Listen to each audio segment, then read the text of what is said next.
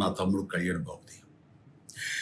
ఎవరైనా అధికారంలోకి వచ్చాక ప్రజలకు ఏదైనా చేయాలనుకుంటారు.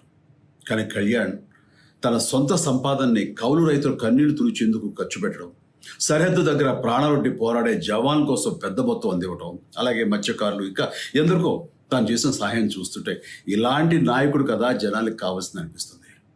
ఒక రకంగా చెప్పాలంటే సినిమాలోకి తను బలవంతంగా వచ్చాడు, రాజకీయాల్లో మాత్రం ఇష్టంతోనే వచ్చాడు. ఏ తల్లికైనా తన కొడుకు కష్టపడుతుంటే గుండె తరుక్కుపోతుంది. అలాగే ఏ అన్నకైనా తన తమ్ముడు అనవసరంగా మాటలు పడుతుంటే బాధ వేస్తుంది. అలా బాధపడుతున్న నా తల్లికి ఈ అన్నయ్యగా ఒక మాట చెప్పాను. నీ కొడుకు ఎంతోమంది తల్లుల కోసం వాళ్ళ బిడ్డల భవిష్యత్తు కోసం చేసే యుద్ధం అమ్మా ఇది. మన బాధ కంటే అది ఎంతో గొప్పది అన్నాను. అన్యాయాన్ని ఎదిరించకుండా మౌనంగా ఉండే మంచివాళ్ల వల్లనే ప్రజాస్వామ్యం మరింత నష్టం అని నమ్మి జనం కోసం జన సైనికుడు అయ్యాడు. తాను బలంగా నమ్మిన సిద్ధాంతం కోసం తన జీవితం రాజకీయాల్లోకి అంకితం చేసిన శక్తిశాలి పవన్ కళ్యాణ్. ప్రజల కోసం, రాష్ట్ర భవిష్యత్తు కోసం ఆ శక్తిని వినియోగించాలి అంటే చట్టసభలో అతని గొంతు మనం వినాలి.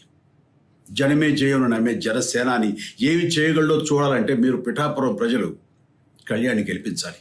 మీకు సేవకుడుగా, సైనికుడుగా అండగా నిలబడతాడు. మీకోసం ఏమైనా సరే కలబడతాడు. మీ కళ నిజం చేస్తాడు. చిరంజీవి భలే చెప్తావు ఈ కవర్లు. నలుగురు వచ్చి విగ్గు కట్టించుకుని మళ్ళీ వాటిని కూడా బాగా లేపి భలే చెప్తున్నావే కవర్లు. నీ ఇంట్లో నీ కూతుర్లు 4-5 డైవర్సులు. ఆ పిల్లల పరిస్థితి చూసుకో. నీ సంసారం నువ్వు చూసుకో. మాకు నీతులు తర్వాత చెప్దువు కానీ ఏంటి మీ ఆడపిల్లల్ని అలా పెంచి మీ తమ్ముడు గాడికి ఏమో 4 పెళ్ళిళ్ళు 5 పెళ్ళిళ్ళు చేసుకుంటున్నా కానీ తప్పని చెప్పకోకుండా ఇలాంటి నమ్మండి అని చెప్పేసి చెప్తున్నావే. నీ కౌర్లు ఈత కౌర్లు ఎవడరా వింటాడు?